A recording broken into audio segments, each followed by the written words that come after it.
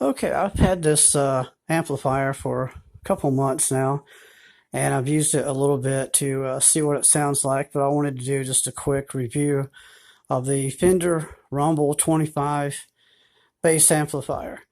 Um, I can't really give you a lot of information, just mainly what's in the manual and my experience with it.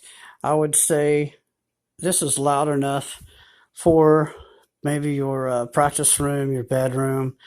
It's actually pretty loud, but I don't think it'd be loud enough to play over a drum kit, like in a band or whatever out in the garage. It may play pretty well, but it was suggested to me if I was going to play in a band, I might want to go at least with the Rumble 100 or higher. As far as gigs, I would go with even higher than that. But as far as practice, it's a very nice amp, and it's good quality, so it is Fender. Um, I would say it weighs maybe 15 to 20 pounds, maybe 25 pounds. It's not too light and not really too heavy. And it does come with this carrying handle.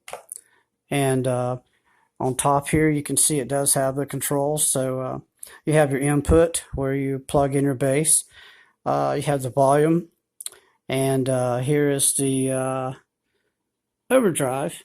So you can press this in, and when you push it in, there's the red indicator light that does come on. You also have your bass, mid-range, and treble for your equalizer.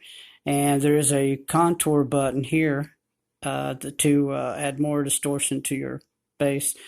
Here's an auxiliary jack, which you plug your phone into, or a MP3 device, and play backing tracks. So you can play along with, say, a drum or some song that doesn't have the bass in it, so you learn how to play the song with it. And here is for headphones, so when you plug your headphones in it, only you can hear that. And here's the indicator light for your power. The power button is on the back here, right here. And here's where you plug it in. And then on the back, it does have more information about the bass, as far as the electronics and so on. It also comes with a manual, and in the manual it tells more about the settings on here. For instance, the overdrive here, when you push that in and turn up the volume a little bit, it gives you a little bit more preamp distortion. And according to the manual, the higher you turn the volume up, the more distortion you'll get by using this setting. Over here, you do have the contour. And the contour says it does give you a more fat sound, which is very compatible with slap bass style playing, which is not one of my favorites. But it also sounds pretty good, though. My personal favorite was to mash both of these, and it gave the bass more of a distorted sound, which reminded me of the song Hysteria by Muse. That type of, maybe not quite that distorted, but that's what it reminded me of. So I really liked it. And of course, I just have these on medium, so they actually will go a little higher. It does have a clicking point where you get to mid setting. You can feel it click here. So all three do that, which is kind of a nice touch. Volume does not have that. Okay. This does come with a 8-inch woofer, which I believe the 40, I think the Rumble 40 and above comes with a 10-inch woofer, which I was told would do a lot better. But again, this is a really good practice amp. So I'm just telling you about that. You can reach down here, this tab, and pull this, and the cover is held on by Velcro. So you can kind of pull this out, and you can see this, the 8-inch woofer here. And that's about all there is. Not too exciting. But again, this is really easy to take off and replace. It's just Velcro, and you push it back in, and it's fine. I personally like the older design. I don't know why they kind of wanted to go back to I guess the retro type design with this type of grill on it. I personally like the other version better, but that's just my personal taste. And also, it did come with a heavy duty cord here. And so, of course, this plugs in the back and then into your outlet. You also have the warranty and more information that came with it. The instruction manual.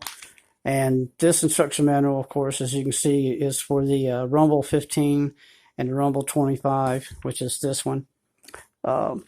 It did come with a catalog and some other stuff to come with it, so you can look and see what else they have. And one thing that I thought was kind of funny, they also sent a bag of candy in with it as a way of saying thank you from Sweetwater. And I've talked to other people who have ordered some of their products, and they said there was candy in theirs too. But there's no telling how long the candy had been in the box packed with this, so I just threw it away. But it was kind of a cool gesture.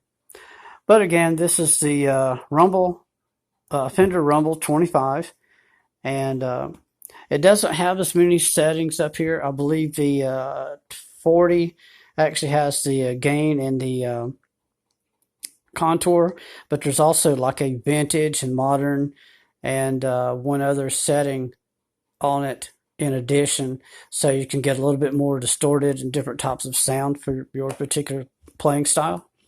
For right now, this is enough for me.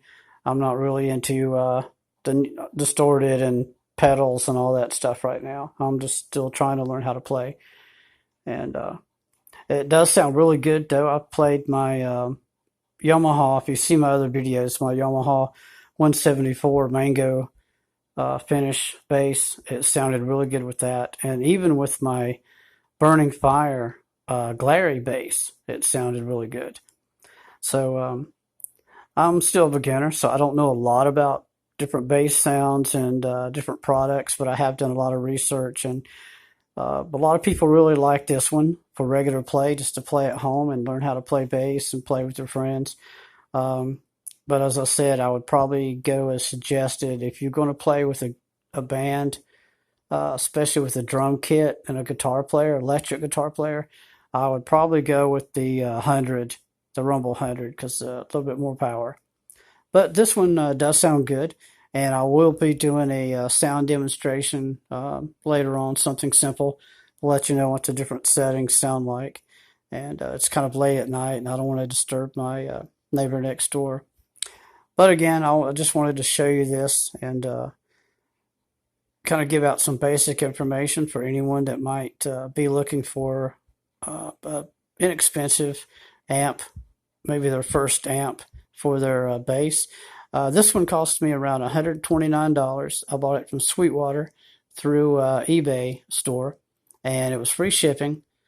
So it's pretty nice. I actually got this one instead of the Rumble 40. I would rather have had the 40, but I believe it was around $229, if I'm not mistaken, or $250. But it was around $250, so a little bit more expensive, and I can't really afford it at the moment. But so I ended up with this one, and like I said, I played this for my own enjoyment, and I'll be going to a friend's house later, and he plays guitar, so we're going to be playing together. And this is really all I need. And he has a couple Fender stacks and amps at his place that I can use. We need to go louder. But I just wanted to show that show everyone this, and just give the basics of what the quality is like. I think it's well built. Again, it's probably weighs maybe around 20 pounds, maybe 25. And it has metal brackets on the corners. It's really solid made. I was impressed with it, and it was well shipped, no damage or anything, and it did come with a warranty. So again, I just wanted to show this quick video and show people the basics on this amp. And again, this is the Fender Rumble 25, more of a practice amp, but it is still pretty loud. So it's not a cheap amplifier at all. It's very well made and sounds really good. So I hope everybody enjoyed this, and again, I'll try to get a sound demonstration video out later and let you hear the different settings. So hope everybody's doing great, and I'll talk to y'all later.